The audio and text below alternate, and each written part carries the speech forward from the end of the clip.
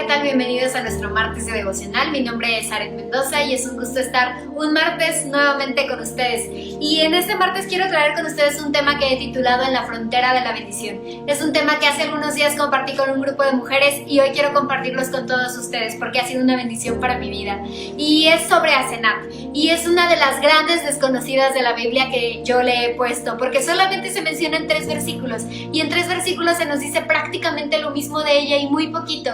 Sin embargo, es un tema muy rico. Así que vamos a empezar con nuestro tema de hoy, En la frontera de la bendición. Y quiero hablarles sobre la historia y la vida de un hombre llamado José Ponce. Él era un hombre michoacano, alto, blanco, de unos ojos verdes preciosos y guapísimo como solo él. Y un día llegó triste, afligido, desesperado, compungido a casa de su suegra en busca de su esposa.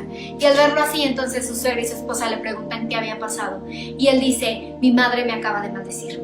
Mi madre se enteró que estoy adoptando la fe de mi esposa y me acaba de maldecir. Me ha dicho que soy un maldito, que me va a ir mal, que mi vida se va a acabar, que a partir de ese momento para ella yo estoy muerto y que no tiene más hijo y que soy un maldito.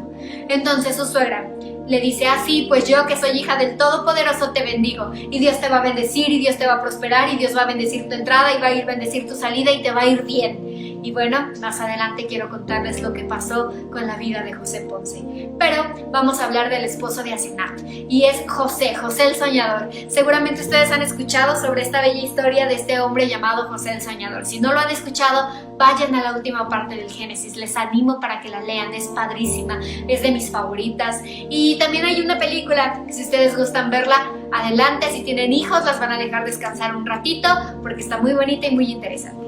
Y bueno, José era el hijo de Jacob y Raquel. Jacob tenía 12 hijos y José era uno de estos. Era el hijo favorito, era el hijo de la amada. Entonces había muchísimo favoritismo por parte de Jacob hacia José. Y José lo sabía. José sabía que era el favorito, José sabía que era el predilecto. Entonces se aprovechaba un poco de eso y le hacía la vida imposible a sus hermanos. Sus hermanos, hartos y cansados de esta situación, entonces un día deciden venderlo como esclavo a Egipto. Egipto para ese momento era una de las naciones más importantes de la historia del mundo conocido. El antiguo Egipto era una potencia mundial, era un país súper desarrollado, era un país súper avanzado, con una economía muy estable y con muchísimas innovaciones.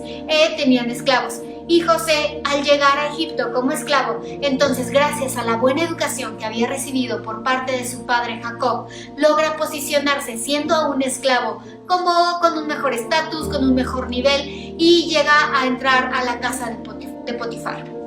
Por razones que no les puedo contar en este momento por tiempo, José es enviado a la cárcel injustamente. Injustamente José entonces es preso y en prisión conoce a 2 hombres y estos 2 hombres un día le cuentan un sueño y José tenía la habilidad de interpretar sueños. Aguas, aquí entendamos esta habilidad no como algo místico, no como algo mágico, sino más bien como algo intelectual, algo académico. José tenía el don, la capacidad dada por Dios de interpretar sueños, además de que había sido desarrollada seguramente por toda la educación que su padre le había brindado. Entonces José escucha los sueños de estos hombres, los interpreta y se cumple como él lo había dicho. Después de un tiempo, entonces Faraón tiene un sueño terrible, un sueño que lo acongojaba y al cual nadie podía darle interpretación. Y uno de estos hombres que habían estado con José en la cárcel dice a Faraón: yo conozco un hombre en la cárcel que me interpretó a mí y a otro nuestro sueño y se hizo como él dijo. Entonces Faraón, desesperado, harto, cansado de esta situación, manda a llamar a ese preso. Y es así como José viene delante de Faraón. Y José interpreta el sueño de Faraón. Y no solo eso, sino que además le da la solución a Faraón para la hambruna que iba a azotar a Egipto y al mundo. Entonces Faraón queda fascinado con José, queda entusiasmado con José y le da un lugar y una tarea muy importante. Y aquí encontramos nuestro punto número 1, el proceso de aculturación a la religión y a la sociedad egipcia. Faraón intenta hacer de José un egipcio de pies a cabeza, como decimos por acá. Faraón intenta proveer a José de una identidad nueva. Faraón intenta cambiar el chip de José. ¿Cómo sabemos esto, Saret? Bueno, pues allá en Génesis 41, del 41 al 44 nos dice: dijo además Faraón a José: he aquí yo te he puesto sobre toda la tierra de Egipto.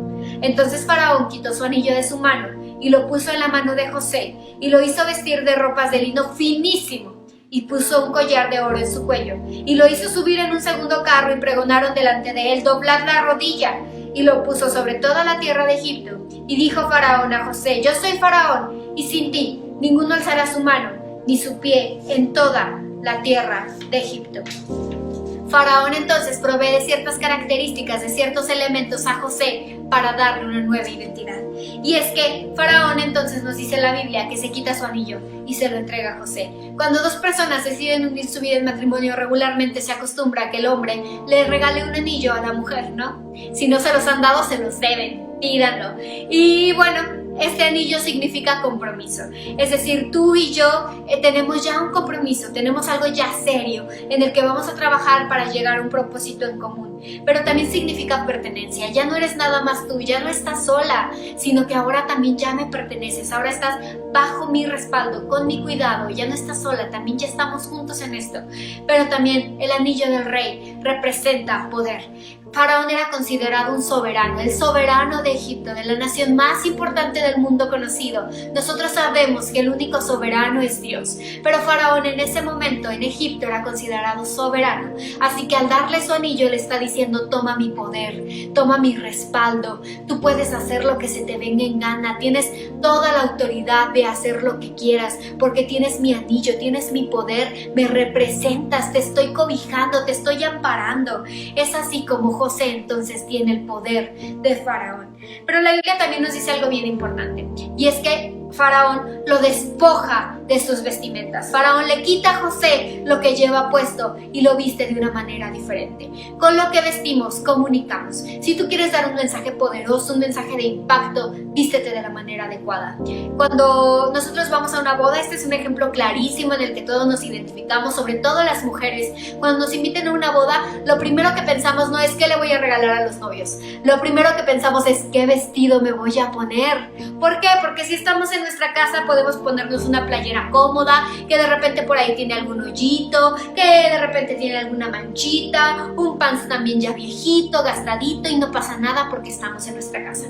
Pero cuando queremos ir a un evento especial como lo es una boda, entonces queremos vestir de la manera adecuada para decir que estamos en un lugar importante, que estamos saliendo de nuestra cotidianidad y que nos estamos enfrentando a una situación importante que requiere de cierta caracterización, que requiere de cierto vestuario para poder comunicar que nos importa. Entonces las mujeres decimos: este vestido con estos zapatos que combinan, y este bolso y estos accesorios, y pensamos en todo porque nos encanta comunicar con lo que vestimos. Así que Faraón entonces le dice a José que se despoje de sus ropas, porque él entonces ya no es más un preso, ya no es más un esclavo, ya no es más un semita. Él ahora es un egipcio, y no es cualquier egipcio. La Biblia nos dice un detalle súper bonito. Me encantan estos detalles porque nos dice que lo visten de lino finísimo, no fino, finísimo, por lo cual entonces le dicen a José que él ahora es un egipcio y es un gobernante egipcio. También Faraón le provee oro. Nos dice la Biblia que le otorgan un collar de oro sobre su pecho. El oro es el metal más precioso, el más codiciado en la historia de la humanidad. Y Faraón sabía que José estaba necesitado de valor. Así que Faraón le otorga a José a través del oro el valor del cual José había sido desprovisto, del cual le habían quitado, el valor que le habían sustraído, el valor que le habían arrancado. Y Faraón lo sabía, así que le provee a través del oro de un valor. Faraón le dice que él es digno de portar ese metal tan preciado como lo es el oro. Ahora, también Faraón le da un coche. Y es que ¿a qué hombre no le gustan los coches? A todos los hombres le gustan los coches. Yo no he conocido a ningún hombre al que no le guste su carro. Mi esposo tiene un Spark y a mi esposo le encanta su Spark, ¿no? La verdad a mí también me gusta. Pero yo creo que si fuera por mi esposo lo lavaría todos los días porque le encanta su coche. Así justamente pasó con José. Faraón sabía, así que le da el segundo carro, el mejor de Egipto, el más lujoso, el más equipado, se lo da a José, le da estatus social. Y entonces también le da poder porque le dice que vaya por todo Egipto y que toda la gente debe doblar su rodilla delante de él. Ahora seguimos con este proceso de aculturación y le da dos factores súper importantes y súper específicos para esto. Y nos dice: y llamó Faraón el nombre de José Safnat Panea, y le dio por mujer a Senat, hija de Potífera, sacerdote de On. Y salió José por toda la tierra de Egipto. Se dice que el método más efectivo para conquistar a una nación es despojarlos de su identidad a través de su nombre y de su lengua. Faraón lo sabía. Así que Faraón entonces le dice: tú ya no vas a ser más José. Olvídate de ese nombre. Tú a partir de este momento te llamas Safnat Panea. Safnat Panea era un nombre egipcio y significa el Dios que habla y vive. Y sí, tenía una alusión al Dios verdadero, pero era un nombre egipcio. Faraón quería que José se olvidara de su identidad semita y que se aferrara entonces a su identidad egipcia, que fuera su refugio, su identidad egipcia a través de su nombre. Sabemos esto de los nombres. Por ejemplo, en México es muy común que haya lugares como el lugar donde yo vivo, que se llama Santo Tomás Chiconauhtla. Santo Tomás es el nombre católico español del conquistador y Chiconauhtla es el nombre prehispánico del conquistado. Y aquí vemos una mezcla cultural, pero esta mezcla cultural en realidad era una absorción del movimiento de la cultura prehispánica por parte de los españoles, del conquistador. Por eso vemos esa mezcla. Entonces los españoles vienen y destruyen. El primer nombre es Santo Tomás y el segundo es Chiconauhtla, y eso dice mucho. El orden de las cosas dice mucho. Entonces es así lo que quiso hacer Faraón con José. Le quita su nombre y le da un nuevo nombre, un nombre egipcio. También le provee de una esposa. Su esposa era Asenat, hija de Potífera, sacerdote de On. ¿Qué nos dice la Biblia sobre Asenat? La Biblia nos dice que Asenat era la hija de un sacerdote, por lo cual podemos decir que era una mujer con convicciones muy fuertes, que había tenido una educación seguramente muy estricta, que era una mujer que tenía un carácter muy firme, muy fuerte, que era una mujer decidida, que era una mujer entregada a su religión. ¿Cómo sabemos esto, Saret? Bueno, porque Asenat significa dedicada a la diosa Neit y ella era hija de un sacerdote, por lo cual entendemos que era una mujer extremadamente entregada a su religión, además de ser una mujer seguramente muy bella, muy guapa, muy atractiva. Ahora, no sabemos qué tan de acuerdo estuvieron o no José y Asenat con este matrimonio. Parece ser que fue un matrimonio arreglado, que Faraón entonces los casa sin preguntarles nada. No sabemos en realidad cómo fue, pero yo quiero pensar que Asenat, con toda la educación que había recibido, con todas las características que tenía, Asenat seguramente esperaba casarse con un sacerdote, o cuando menos con un egipcio y no con un extranjero. Y del lado de José, José entendía que el plan de Dios era no que se mezclaran, no que tuvieran matrimonios mixtos, sino que buscaran una esposa que perteneciera al pacto de Dios, a la bendición de Dios. Pero allá en Malaquías 2:14 la Biblia nos dice algo muy hermoso sobre el matrimonio y nos dice: Jehová ha atestiguado entre ti y la mujer de tu juventud, siendo ella tu compañera y la mujer de tu pacto. Por lo cual sabemos que entonces José sabía perfectamente que el matrimonio era un pacto que no se puede romper, era un pacto que no se puede diluir, era un pacto en el que, bueno, se llegaba a un acuerdo, en el que Dios unía y que no se podían separar. Así que siendo ella esposo, seguramente José amaba a su esposa. Seguramente José trataba de vivir en paz con ella. Seguramente José trataba de atender, de proveer a Asenat. Asenat era una mujer que tenía una misión. Faraón se encarga de buscar de entre todas las doncellas a una chica, y esa chica en la que Faraón puso sus ojos fue sobre Asenat por todas estas cualidades que hemos mencionado. Y entonces Faraón le da una misión a Asenat, una misión muy específica, y era hacer de José todo un egipcio. Las esposas solemos influir en la vida de nuestros esposos. Cuando nos casamos, entonces aquí hay una mezcla cultural, y tal parece que Asenat podía influir en la vida de su esposo. Faraón ya le había dado ciertas características, ciertos regalos a José, pero le había encargado a Asenat que entonces ella entrara en la mente de su esposo, entrara en la vida diaria de su esposo y que hiciera de él un egipcio. Y es que así somos, ¿no? Las mujeres sabemos cómo hablarles a los esposos, sabemos cómo influir en ellos y ellos en nosotros. Esto lo digo porque ya me vieron feo, pero es así, ¿no? Sabemos cómo hacerlo. Entonces esta era la tarea que Faraón le había dado a Asenat. Ahora, tal parece que lo estaba cumpliendo, tal parece que estaba logrando su cometido.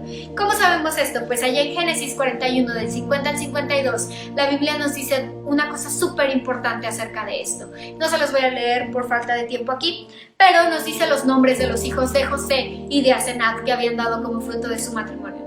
El primero era Manasés y el segundo era Efraín. Y los significados son súper importantes porque nos dice, Manasés, Dios me hizo olvidar todo mi trabajo y la casa de mi padre. Y el significado de Efraín es, Dios me hizo fructificar en la tierra de mi aflicción. José le había dado a sus hijos nombres egipcios. ¿Por qué? Porque José quería que sus hijos fueran egipcios.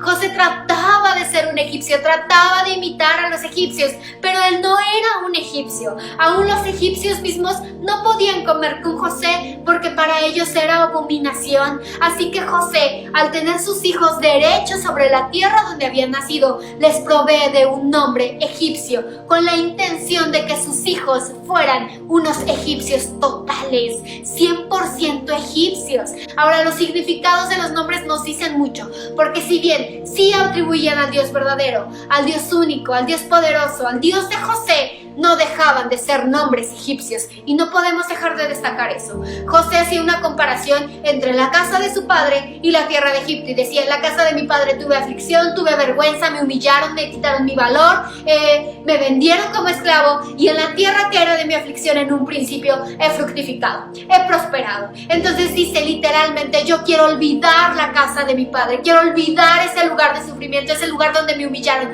lo quiero dejar atrás y me quiero concentrar en mi presente. Me quiero concentrar en mi presente, en mi futuro, en lo que está por venir, en el lugar donde estoy siendo próspero, en el lugar donde tengo una familia, donde soy alguien en la vida. José literalmente quería olvidarse de su pasado, no de su Dios, pero sí de su pasado. Ahora, otra prueba de que Asenat estaba logrando su cometido lo vemos en Génesis 42:8. Y es que al azotar esta hambre a Egipto y al mundo conocido, entonces también la familia biológica de José sufren de hambre y vienen a Egipto en busca de alimento. Y entonces parece ser que se encuentran y de hecho hablan, se comunican a través de un traductor. Y los hermanos de José no logran distinguir a José, pero José ubica perfectamente a sus hermanos. Y nos dice la Biblia, José pues conoció a sus hermanos, pero ellos no le conocieron. Yo quiero pensar que no importa el tiempo que hubiera pasado, no importa el lugar, si yo veo a mis hermanos los reconozco, por mucho que estos hayan cambiado. ¿Por qué? Porque hay cierta esencia, hay eso que no cambia, hay familiaridad. Pero tal parece que José había estado convertido ya en un egipcio total, de tal manera que no se le podía distinguir, su propia familia no le distinguía. Cuando un extranjero está en una tierra que no es suya, regularmente empieza a adoptar modismos, empieza a adoptar cultura, empieza a adoptar costumbres, empieza a adoptar características, pero es muy difícil que tanto el idioma como el acento se dominen, se perfeccionen. Es muy difícil. En México nos pasa mucho. Escuchamos a alguien hablar, aunque sea español, y decimos, él es de Colombia, él es de Cuba, él es de Ecuador, él es español, él es argentino, él es venezolano. ¿Por qué? Porque el acento es diferente. A pesar de que es el mismo idioma, el acento es diferente. Los códigos son distintos. Y parece ser que José había adoptado a la perfección esta nueva identidad y esta vida egipcia, de tal manera que había dominado el lenguaje y el acento, que era irreconocible para sus hermanos. La Biblia continúa diciendo, y encontramos nuestro punto número 2, la identidad recobrada. José entonces, en esos encuentros con sus hermanos, se cansa y abre su corazón y se despoja de sus máscaras, se quita su disfraz de egipcio y entonces les dice, yo soy José. Aún José, dentro de ese disfraz de Safnat Paneah, se autorreconoce, logra reconocerse y dice, yo soy José. Y los perdona y se abrazan y se reconcilian y lloran. Y entonces José les dice a sus hermanos, traigan a mi padre, traigan a sus familias y habiten en Egipto. Y no les va a faltar nada. Yo les voy a proveer de todo lo que necesiten porque Dios me ha permitido estar en Egipto con un propósito. Y ahora entiendo cuál es el propósito. Así que su familia entonces llega a la tierra de Egipto, llega a habitar a Egipto. Y José se da cuenta de que es el lugar donde pertenece, es la comunidad a la que pertenece. José entiende que no tiene que deconstruirse para construirse en alguien nuevo, sino que José es y hay un lugar para él, en el que no tiene que hacer nada, en el que simplemente es un lugar que le pertenece. Y entonces aquí encontramos la importancia de la comunidad del pacto. El dicho popular dice, si te juntas con lobos, aullar te enseñas, ¿no es así? Y lo vemos, lo comprobamos. Lamentablemente, los alcohólicos buscan refugio en otros alcohólicos. Los divorciados buscan refugio en otros divorciados. Los mentirosos buscan refugio en otros mentirosos. Cada quien va buscando otros que sean iguales a él. Yo quiero pedirte que tú busques a personas que edifiquen tu vida, a personas que sea su propósito buscar y obedecer la voluntad de Dios. Personas que busquen el rostro de Dios, porque es así como tu vida va a ser edificada. Si estás escuchando este mensaje, felicidades. Quiere decir que estás buscando el rostro de Dios. Es la importancia de estar dentro de la comunidad del pacto, de pertenecer al pacto. Ahora, sabemos que José recobra su identidad en Génesis 50:24, y este es un pasaje que en lo personal me conmueve, porque dice: y José dijo a sus hermanos, yo voy a morir, mas Dios ciertamente os visitará y os hará subir de esta tierra a la tierra que juró a Abraham, a Isaac y a Jacob. E hizo jurar a los hijos de Israel diciendo: Dios ciertamente os visitará y haréis llevar de aquí mis huesos. José les dice a su familia: júrenme, no prométanme, júrenme que una vez que el Señor los visite y que los haga llevar de aquí hacia la tierra prometida, se van a llevar lo que quede de mí. Yo ya no voy a estar vivo, pero llévense aunque sea mis huesos, que nada de mí quede aquí, porque este no es el lugar donde pertenezco, este no es mi lugar. Dios me ha mandado a Egipto con un propósito, pero yo no soy de Egipto. José se autorreconoce y dice: yo no pertenezco a Egipto, pero llévenme a la tierra prometida, llévenme allá donde el Señor los va a llevar, aunque fueran mis huesos, porque yo no soy de Egipto. José les hace esta petición que me conmueve, porque les dice: por favor, llévenme, no me dejen aquí, no dejen mis huesos, lo que queda de mí, llévenselo. ¿No te ha pasado así con algún familiar? A mí me pasó con mi abuelo. Mi abuelo dijo: yo estoy en la Ciudad de México, pero yo no soy de la Ciudad de México. Cuando yo falte, llévenme a Santana Ixtlahuaca. Y mi abuelo está en Santana Ixtlahuaca.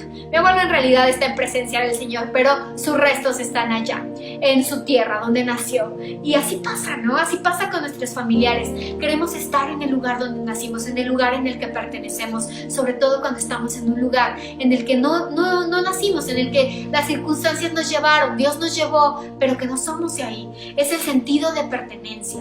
Pasamos a nuestro punto número 3, donde lastimosamente Asenat es nuestra protagonista, despreciando la bendición del pacto. Asenat, la Biblia no nos menciona nada sobre ella. La Biblia no nos dice más sobre ella, más que ella era hija de un sacerdote de On. Y también la Biblia nos dice que ella fue la esposa de José y la madre de Efraín y Manasés. Y la Biblia no nos dice más sobre ella.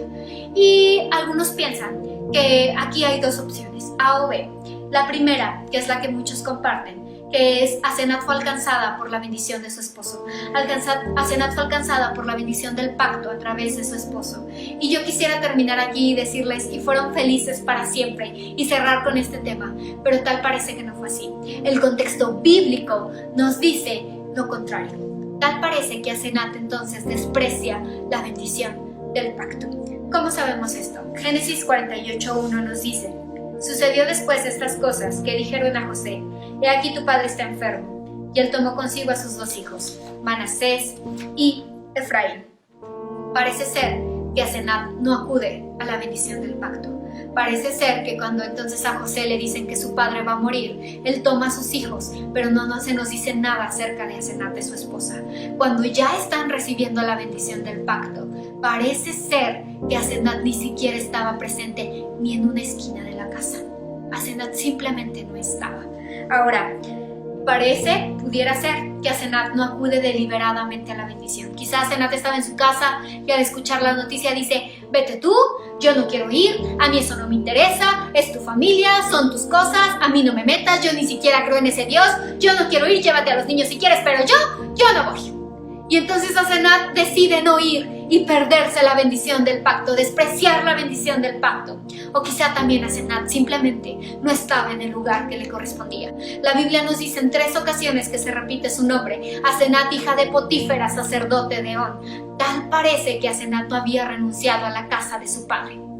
Si yo fuera Asenat y estuviera casada con el segundo hombre más importante de la tierra más poderosa de ese momento, me presentaría como Asenat, esposa de Safnat Panea, y las puertas al instante se abrirían, ¿no es así? pero tal parece que Asenat nunca dejó de ser la hija de su padre. Por lo cual podemos pensar que Asenat no estaba en el lugar que le correspondía. Quizá estaba ya en el templo de la diosa Neit o en el templo de alguno de los otros dioses paganos de Egipto, no lo sabemos. Estaba en el mercado, estaba visitando a sus padres, estaba con las amigas, no sabemos. Quizá ella simplemente no estaba en el lugar que le correspondía, en la bendición del pacto con su esposo, y por eso se pierde la bendición, por no estar en el lugar que le corresponde. Se pierde la bendición, desprecia la bendición. Y una prueba más de que Asenat no recibe la bendición es que Asenat simplemente no fue llevada de Egipto. Yo les comentaba que José hace jurar a su familia que se lo van a llevar de Egipto, aún a sus huesos, a lo que quede de él. En Éxodo, cuando leemos Éxodo, la Biblia nos dice que entonces Dios usa a Moisés para liberar de la esclavitud al pueblo de Israel. Y entonces, cuando los sacan de Egipto para llevarlos a la tierra prometida, estos empiezan a juntar pertenencias, empiezan a juntar cosas, empiezan a hacer maletas para salir a su peregrinaje hacia la tierra prometida. Y Moisés entonces va hasta la tumba de José y recoge los huesos de José. Cumple con ese juramento que habían hecho sus antecesores, recoge esos huesos y se los lleva hacia la tierra prometida. Pero no se menciona nada sobre los restos de Asenat. Tal parece que Asenat entonces se queda ahí en Egipto. Asenat nunca logró entender cuál era su lugar y Asenat se queda ahí en Egipto. Por lo cual sabemos entonces que Asenat desprecia la bendición del pacto. Asenat se perdió la bendición. Asenat vivía con la bendición. Asenat veía la bendición. Asenat convivía con la bendición, sabía de la bendición, pero despreció la bendición. Y no hay tragedia más grande que tener la bendición enfrente y no recibirla. No hay tragedia más grande que Jesús esté a la puerta y está llamando y no abrirle la puerta a Jesús. No hay tragedia más grande que Jesús esté dispuesto a bendecirte y que tú le des la espalda a Jesús. No hay tragedia más grande para el hombre. Puedes pensar en lo peor que te puede pasar. A lo mejor que tu hijo se enferme, o que en este momento de COVID, que algún familiar tuyo le dé esta enfermedad, o que te quedes sin trabajo, o que algo falte en tu casa, o que venga una terrible situación a tu familia, no sé. Piensa en lo peor que te pueda pasar. Pues quiero decirte que no hay tragedia más grande que despreciar la bendición de Cristo. No hay tragedia más grande para el hombre y para la mujer que vivir con la bendición, que ver la bendición y despreciar la bendición. A lo mejor tú ves la bendición. A lo mejor tú sabes de alguien que tiene la bendición y dices: mira qué bonita vida, tienen problemas, tienen dificultades, pero salen adelante. Mira, siempre están alegres. Mira, me invitan a escuchar de la palabra de Dios, pero yo escucho, o yo nada más voy cuando me invitan, pero no, yo no quiero un compromiso con Dios. Quiero decirte que te estás quedando en los límites de la bendición. Estás a un paso, pero no logras dar el siguiente. Te invito a que te animes a dar el siguiente, a que no te pierdas de la bendición de Dios, a que no te quedes en la frontera, en los límites, sino que vayas adelante y le pidas a Jesús que te bendiga en esta noche. Yo te comentaba de la historia de un hombre que se llamaba José Ponce, el que fue maldito por su madre. Pues este hombre fue un bendito de Jehová. Fue un hombre próspero, al que podemos decir no le faltó nada en la vida. Fue padre de 12 hijos. Fue un hombre que vivió una vida larga. Fue el que más vivió de entre todos sus hermanos. Fue el último en fallecer. Y aún en su muerte Dios le regaló una muerte bella, una muerte rápida, una muerte prácticamente sin sufrimiento. Dios lo bendijo, lo hizo próspero, gracias en parte a la bendición de su suegra, a la bendición que recibió por parte de nuestro Señor Jesucristo a través de su suegra. Dios cambió su vida para bien, porque Él se atrevió a dar el siguiente paso. Te invito a que des ese paso. Para Asenat es tarde. Por Asenat no hay nada que podamos hacer. De Asenat lo que podemos aprender es esto. Espero yo que tú puedas aprender sobre la vida de Asenat. ¿Desprecias la bendición del pacto o recibes la bendición del pacto? Son las únicas dos opciones. Yo te pido que no te quedes en la frontera del pacto, que no te quedes en la frontera de la bendición, viendo cómo otros son bendecidos y tú te quedas ahí. Te invito a que participes de la bendición. puedes acercarte a la bendición y el Señor está con los brazos abiertos, dispuesto a bendecirte a ti y a tu familia. Que el Señor te bendiga y no te quedes en la frontera de la bendición. Hasta el martes.